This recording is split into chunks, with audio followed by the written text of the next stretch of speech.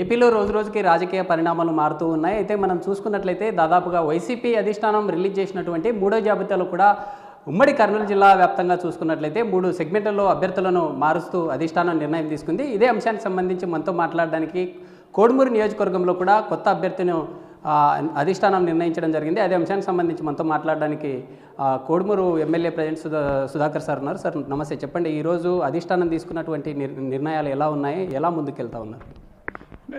ఖచ్చితంగా అధిష్టానం తీసుకునే నిర్ణయాన్ని శిరోధాయం వహించాల్సిందే. ఎందుకంటే మన ముఖ్యమంత్రిగా జగన్మోహన్ రెడ్డి గారు ఖచ్చితంగా రేపు 2024లో ఖచ్చితంగా పేదల కోసం ఏ విధంగా సంక్షేమ పథకాలు అందిస్తున్నారో దాన్ని మళ్ళీ కంటిన్యూ చేయాలంటే కూడా మన ముఖ్యమంత్రి జగన్మోహన్ రెడ్డి గారు రావాలి. కాబట్టి మాలో ఏదైనా చిన్న చిన్న లోపాలు ఉండేవి, ఖచ్చితంగా ఆ లోపాలు మనం రేపు ప్రజాక్షేత్రంలో ఓడిపోకూడదనే ఆలోచనతోనే కొత్త అభ్యర్థులు పెట్టడం జరిగింది. ఖచ్చితంగా దాన్ని స్వాగతించాల్సిందే ఎవరైనా సరే. ఖచ్చితంగా అది స్వాగతించినప్పుడే ప్రజాక్షేత్రంలో మనం నిలబడగలుగుతాం. మన లోపాలని మనం ఒప్పుకోవాల్సిందే. దాన్ని ఆ లోపాల్లో నాలో ఉండొచ్చు కాబట్టి దాన్ని ఖచ్చితంగా కొత్త అభ్యర్థికి ఇస్తే ఖచ్చితంగా ప్రభుత్వ పరంగా కానీ పార్టీ పరంగా కానీ ఖచ్చితంగా ఆ మైలేజీ ఏ విధంగా అయితే జగన్ అనుకున్న మైలేజ్ని ఖచ్చితంగా అభ్యర్థికి వస్తేనే నమ్మకంతోనే కొత్త అభ్యర్థులు పెడతారు. మాలో మేము ఈ 5 సంవత్సరాల్లో కొన్ని చోట్ల పని చేయకపోయిండొచ్చు, కొన్ని చోట్ల పని చేయొచ్చు. కాబట్టి లేకపోతే ప్రజలకి మేము ఒకవేళ అందుబాటులో లేకుండా ఉండొచ్చు. కాబట్టి ఆ సర్వేలో మనకి కొంచెం తక్కువ ఉండొచ్చు.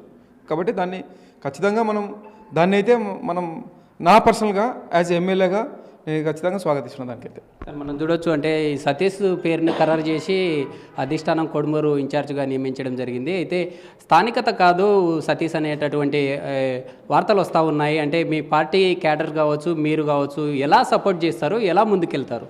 నియోజకవర్గంలో ఆ ప్రజలు వారికి సపోర్ట్ చేసే అవకాశాలు ఉన్నాయంట. ఆయన కర్నూలు జిల్లా వాసి, అది తప్పది. ఆయన ఇక్కడ ఉండే వ్యక్తి కానీ అనేది తప్పది. ఆయన యాక్చువల్గా మీరు ఆధార్ కార్డు అన్నీ చూడండి, ఆయన ఎక్కడ ఉందో తెలుసు. అది ఆయన కర్నూలు జిల్లాలో కర్నూలు మధ్య జోలాపురం దగ్గర ఎప్పటి నుంచో దాదాపు 60-70 సంవత్సరాల నుంచి వాళ్ళు ఇక్కడే ఉన్నారు, వాళ్ళ ఫ్యామిలీ కానీ అందరూ కానీ. కాబట్టి స్థానికుడు కాదు అనేది తప్పది. మీరు ఏంటంటే ఆదిమూలపు సురేష్ గారు అక్కడ ప్రకాశం జిల్లాలో ఉన్నాడు కాబట్టి, వాళ్ళ అన్న అక్కడ ఉన్నాడు కాబట్టి ఈయన కూడా అక్కడ వ్యక్తి అని అనుకుంటారు. వ్యాపారపరంగా అన్ని కాలేజీలు ఉండొచ్చు, ఎక్కడంటే అక్కడ కాలేజీలు ఉండొచ్చు. అంత మాత్రాన ప్రకాశం జిల్లా వాసి కాదు, ఆయన కర్నూలు జిల్లా వాసే. ఆయనకి డిగ్రీ కాలేజీలు, ఇంజనీరింగ్ కాలేజీలు, అదేవిధంగా ఇక్కడ బీఈడి కాలేజీలు అన్నీ ఇక్కడే ఉన్నాయి. ఆయన ఇక్కడే ఉన్నాడు ఎప్పటి నుంచో. కాబట్టి అది తప్పది. అది మీడియా సృష్టిస్తున్నారు, అదే తెలుగుదేశం నాయకులు సృష్టించే ఒక అపోహ మాత్రమే అది. ఓవరాల్గా చూసుకున్నట్లయితే ఉమ్మడి కర్నూలు జిల్లాలో 2 సెగ్మెంట్లలో ఎస్సీ రిజర్వ్డ్ స్థానాలు ఉన్నాయి. పేరుకే ఎస్సీ రిజర్వ్డ్ సెగ్మెంట్లుగా ఉన్నాయి. మొత్తం నడిచేదంతా రెడ్లదే అని చెప్తా ఉన్నారు. ఆ రెడ్లే మీకు ఈ సీటుకి ఈరోజు పన్నాగం పడ్డారంటారా? తప్పండి. అది 100% తప్పది. ఖచ్చితంగా మన ముఖ్యమంత్రి జగన్మోహన్ రెడ్డి గారు నాకు 5 సంవత్సరాల్లో పూర్తి స్వేచ్ఛనిచ్చారు. ఎక్కడ కూడా మీరు చూసుకోండి, 5 సంవత్సరాల్లో ఎక్కడ కూడా నాకు ఎలాంటి ఇబ్బంది కలగలేదు. ఎందుకంటే నేను దాదాపు ప్రతి ఒక్క గ్రామానికి తిరుగుతూ దాదాపు 10-15 సార్లు, 20 సార్లు, 100 సార్లు కూడా పోయిన గ్రామాలు కూడా ఉన్నాయి. అంటే కొన్ని గ్రామాల్లో అయితే దాదాపు ఇప్పుడు గూడూరు నగర పంచాయతీ అంటే 100 సార్లు పోయింటాం ఆ గ్రామానికి. అదేవిధంగా బెల్లగాలికి ఒక 50-60 సార్లు పోయింటాం. కోడుమూరు కూడా ఒక 70-80 సార్లు పోయింటాం. అట్లా చాలా గ్రామాలకు తిరిగాము. అది తప్పది. ఎప్పుడైనా సరే ఒక సామాజిక వర్గాన్ని మనలో లోపం పెట్టుకొని మనం పని చేయలేక ఖచ్చితంగా ఇంకా సక్సెస్ అంటే పని చేయట్లేదని నేను చెప్పట్లేదు, పని చేశాను, ఇంకా బాగా పని చేయాల్సింది. పని చేశాను నేను అనుకుంటే సరిపోదు, ప్రజలు కూడా ఖచ్చితంగా దాన్ని ఓకే చేయాలా. కానీ నేనైతే నా మనస్ఫూర్తిగా పని చేశాను, కానీ ఇంకా కొంచెం బెటర్గా పని చేయాల్సింది. సో అది ఆ పని చేయకపోవడం వల్ల నాకు సీట్ రాలేదు. అంతేకాని ఏదో ఒక సామాజిక వర్గాన్ని మీరు కూడా మీడియాలో ఆ సామాజిక వర్గం, ఈ సామాజిక వర్గం, అది తప్పది. ఖచ్చితంగా మన ముఖ్యమంత్రి జగన్మోహన్ రెడ్డి గారు పూర్తి స్వేచ్ఛనిచ్చారు మాకైతే. ఈ 5 ఇయర్స్లో చూసుకున్నట్లయితే ఒక డాక్టర్ వృత్తిలో ఉంటున్నటువంటి మీరు ఈ పొలిటీషియన్ అయిన తర్వాత మీ సామాజిక వర్గం కావచ్చు, మీ నియోజకవర్గంలో ఎలాంటి డెవలప్మెంట్ చేశారు? నియోజకవర్గంలో ఆ ప్రజలు మీ గురించి ఎలా ఫీల్ అవుతూ ఉన్నారు? మీ అనుభవాలు ఎలా ఉన్నాయంట? అయితే నేను పర్సనల్గా అయితే నా ఎదురుగా మాట్లాడరు కదండి. మామూలుగా ఇప్పుడు మీరు వచ్చినా కానీ మీ గురించి మీ ఎదురుగా గొప్పగా మాట్లాడతారు. అది నేను కరెక్ట్గా అది చెప్పలేను. ఎందుకంటే మనం లేనప్పుడు మాట్లాడుకునేది మీకు తెలుస్తుంది, నాకు కాదు.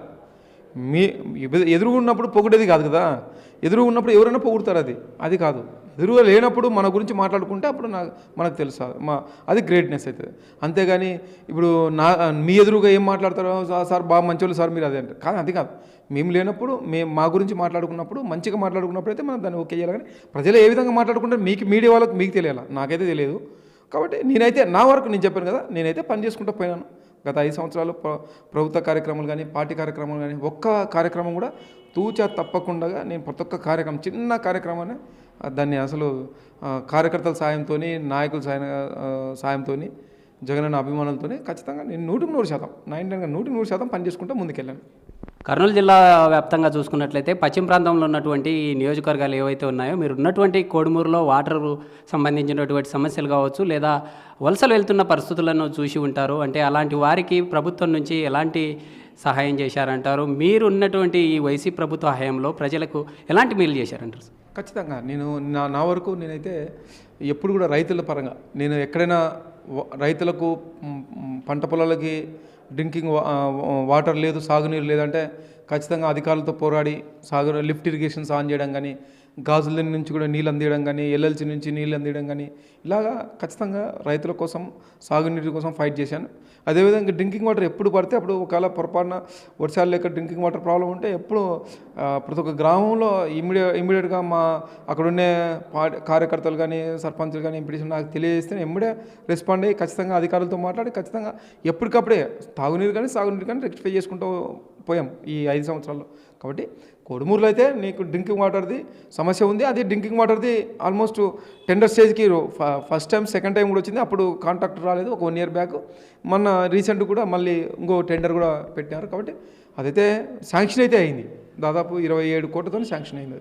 2019లో వైసీపీ అధిష్టానం మీకు సీటు కేటాయించిన సందర్భంలో మీ ఫీలింగ్ ఎలా ఉండింది? నిన్న సీటును సతీష్కు కేటాయించారు అంటే మీరు ఎలా ఫీల్ అవుతున్నారు? అసలు ఆ సందర్భాలు ఎలా గుర్తు చేసుకున్నారంటే? ఏం లేదు, నాకు యాక్చువల్గా నేను ఎమ్మెల్యే అనేది పక్క పెడితే నేను ఫస్ట్ మొట్టమొదటిసారిగా నేను జగనన్నకి అభిమానిని. ఒక అభిమానిగా ఉండి ఎమ్మెల్యే అనేది ఒక పక్కన ఒక క్వాలిఫికేషన్ అంతే. అంటే అనుకున్నారా సార్ మీ పేరు ఈ థర్డ్ లిస్ట్లో మీ పేరు ఉండకుండా ఉంటుందని మీరు అనుకున్నారా ముందే? అది ఇప్పుడు ఒకటి మనం గెస్ చేయలేం కదా, ఏదైనా సరే మన వరకు మనము బాగా పనిచేస్తున్నాం అనుకుంటాం, అవతల ఇప్పుడు అందరూ కరెక్ట్గా అని మనం అనుకోలేం కదా. కాబట్టి కరెక్ట్గా మనం ఎప్పుడూ గెస్ చేయలేము. అది కాబట్టి నేను కూడా ఏమనుకున్నా అంటే ఖచ్చితంగా నాలో కూడా కొన్ని సమస్యలు ఉన్నాయి, నేను చేసుకోలేకపోయినాను. దానివల్లనే ఖచ్చితంగా మళ్ళీ ఆ సమస్యలు మనం తెలుసుకున్నప్పుడు మనిషి ఖచ్చితంగా దాన్ని మళ్ళీ రెక్టిఫై చేసుకున్నప్పుడు ఖచ్చితంగా మళ్ళీ దారిలోకి వస్తాం. మనం ఆ తప్పుని అట్లే తప్పు లేదు అనుకుంటా ఉంటే మళ్ళీ అదే స్టేజ్లో ఉంటాం. ఆ తప్పుని తెలుసుకొని మళ్ళీ దారిలోకి వచ్చినప్పుడే దాన్ని మళ్ళీ లీడర్గా గుర్తించి మళ్ళీ మన ముఖ్యమంత్రి జగన్మోహన్ రెడ్డి గారు మళ్ళీ మనకి ఖచ్చితంగా ఏదో విధంగా న్యాయం చేస్తారు. వైసీపీ అధిష్టానం నుంచి మీకు ఎలాంటి పిలుపు వచ్చింది? రానున్న రోజుల్లో మీరు పొలిటికల్గా ఎలా ఉండబోతుంది, దాని గురించి ఏదైనా సంకేతాలు ఏదైనా పంపించారంటారా? అంటే మాట్లాడడం ఏదైనా జరిగిందా సార్? ఖచ్చితంగా అందరూ ఎమ్మెల్యేలని అందరూ కూడా పిలిచి మాట్లాడిన తర్వాతనే ఇవన్నీ క్లియర్ చేసేది. నేను కూడా ఎందుకంటే జగనన్న అభిమానం కొద్దే నేను ఇంత పెద్ద పార్టీ ఆఫీస్ 10 సెంట్లలో పార్టీ ఆఫీస్ పెట్టుకొని, కోడుమూరులో ఒక పార్టీ ఆఫీస్ పెట్టుకొని, ఇలాగంటే ఒక పార్టీ ఆఫీస్ పెట్టుకొని కార్యకర్తలు ఖచ్చితంగా ఒక హాల్ట్ ఉండాలి, వచ్చినప్పుడు కూర్చోబెట్టాలనే ఇంతవరకు కోడుమూరు చరిత్రలోనే ఒక పార్టీ ఆఫీస్ లేదు. నేను ఖచ్చితంగా నాకు ఒక మంచి అవకాశం వచ్చింది కాబట్టి ఖచ్చితంగా పార్టీ ఆఫీస్ పెట్టుకొని ఈ కార్యకర్తలు కూర్చోబెట్టి 5 సంవత్సరాల్లో మాట్లాడుకుంటూ ఏదైనా ప్రోగ్రామ్ చేసుకుంటూ ఉన్నాం. కాబట్టి ఖచ్చితంగా ప్రజాశక్తిలో ఉంటాను, పార్టీ కోసం పనిచేస్తాను, అన్న ఏం చెప్పినా చేయడానికి రెడీగా ఉన్నాం. కాబట్టి అది మనం ఖచ్చితంగా దానికోసం పోరాడుతూ ఉండాల్సిందే. నియోజకవర్గ ఇన్ఛార్జీలను మార్చినంత మాత్రాన ప్రజల్లో ఉండేటటువంటి వ్యతిరేకతను ఎలా మార్చగలుగుతారు, ఎలా ముందుకెళ్తారు అంటారు? అంటే ఇప్పటికే దాదాపు మన కోడుమూరు నియోజకవర్గంలో చూసుకున్నట్లయితే ఇటు హర్ష కావచ్చు లేదా మీ వర్గము ఇట్లా 2-3 వర్గాలుగా ఉన్నాయి. ఎలా ముందుకెళ్తారు అసలు? నిజంగా జనాలు వైసీపీ పార్టీకి బ్రహ్మరథం పట్టే అవకాశాలు ఉన్నాయంటారా ఈసారి? అంటే క్యాండిడేట్లను మారుస్తూ ఉన్నారు. క్యాండిడేట్లను మార్చినంత మాత్రాన వాళ్ళ ఆలోచన విధానం కావచ్చు వారి యొక్క వ్యతిరేకతను మార్చగలరా? అసలు ప్రజా వ్యతిరేకత అనేది లేదండి. ఇది ఓన్లీ మీడియా సృష్టి మాత్రమే.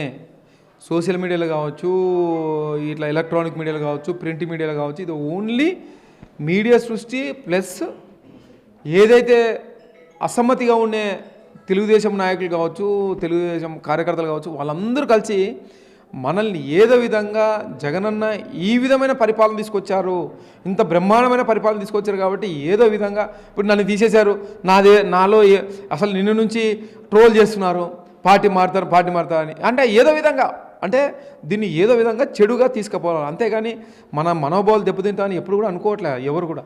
కాబట్టి పార్టీ అధిష్టానానికి మీరు సపోర్ట్ చేసినా మీ వర్గం వారు సపోర్ట్ చేస్తారంటారా సార్? అంటే మీ వర్గానికి సంబంధించినటువంటి వారు కొంతవారు అసమ్మతిగా ఉన్నారు, అయితే వారు ఇతర పార్టీలకి జాయిన్ అయ్యే అవకాశాలు ఉన్నాయంటూ కూడా వార్తలు వస్తూ ఉంది. కాదే, నేను ఒకటి చెప్తానండి, నాకంటూ వర్గాలు గిర్గాలు ఏమి లేవు. నేనేందంటే ఇప్పుడు మనము క్లోజ్గా ఉంటాము, అందరితో కూడా క్లోజ్గా ఉన్నప్పుడు ఖచ్చితంగా రిలేషన్ ఎవరికైనా యాజ్ ఏ హ్యూమన్గా, లేకపోతే యాజ్ ఏ డాక్టర్గా, యాజ్ ఏ ఎమ్మెల్యేగా, యాజ్ ఏ పొలిటీషియన్గా రిలేషన్ బాగా పెరిగినంత మాత్రాన మన వర్గము లేకపోతే ఇంకో వర్గం అదే తప్పది. ఎప్పుడైనా సరే ఈ వర్గాల వల్లనే ఇంతకుముందు ఫ్యాక్షన్లు తయారైనాయి. ఆ వర్గాలు ఉండకూడదనే జగనన్న ఈ విధానం పరిపాలన తీసుకొచ్చాడు. కాబట్టి నాకంటూ వర్గాలు ఏం లేవు, ఖచ్చితంగా అందరం కూడా ఒకటే వర్గమే, జగనన్న వర్గమే. దాంట్లో ఏముందని చెప్పండి. ఇప్పుడు మన రాష్ట్రం అంతా 85% ఆఫ్ ది బెనిఫిషియర్స్ మనం లబ్ధి పొందుతున్నాం అంటే ఏంది వర్గాలు? తెలుగుదేశం పార్టీ వాళ్ళకి ఇవ్వట్లేదా సంక్షేమ పథకాలు? కాబట్టి వాళ్ళు పరిపాలనలో సౌలభ్యం వాళ్ళు తీసుకోవట్లేదా? ఇంతకుముందు జన్మభూమి కమిటీలు వాళ్ళు చూడండి, మన జన్మభూమి కమిటీలు కావాలని అంటారు. ఇంత మంచి వ్యవస్థను కూడా తప్పుపడుతున్నారు లాస్ట్కి. కాబట్టి అది రాంగ్. కాబట్టి సరే, రేపు ప్రజాక్షేత్రంలో తెలుసుకుంటారు. చంద్రబాబు నాయుడు బొమ్మ వచ్చినప్పుడు, జగనన్న బొమ్మ వచ్చినప్పుడు ఎవరిని నమ్ముతారు అనేది మనం ఖచ్చితంగా ప్రజాక్షేత్రంలో తెలుస్తుంది. రేపు రాబోయే రోజుల్లో 100% 175 సీట్లు గెలవబోతున్నాం. దాంట్లో అయితే ఎలాంటి డోకలేదు. ఇది ఓవరాల్గా చూసుకున్నట్లయితే కోడుమూరు సెగ్మెంట్లో ఉన్నటువంటి అభివృద్ధి కావచ్చు, గతంలో చేసినటువంటి సంక్షేమ అభివృద్ధి పథకాలు ఏవైతే ఉన్నాయో అవే ప్రజల్లోకి తీసుకెళ్లామో వాటికి సంబంధించి కూడా కోడుమూరు నియోజకవర్గంలో ఉన్నటువంటి ఇప్పటికే వర్గ పోరులు అలాంటివి ఏమీ లేవు. రానున్న రోజుల్లో కూడా పార్టీ అధిష్టానం ఏ మేరకు సూచనలు ఇస్తే వాటికి కట్టుబడి పనిచేస్తామంటూ కూడా సుధాకర్ సార్ తెలుపుతున్న పరిస్థితులు. వీడియో జర్నలిస్ట్ సురేష్తో శ్రీరామ్, బిగ్ టీవీ, కర్నూలు.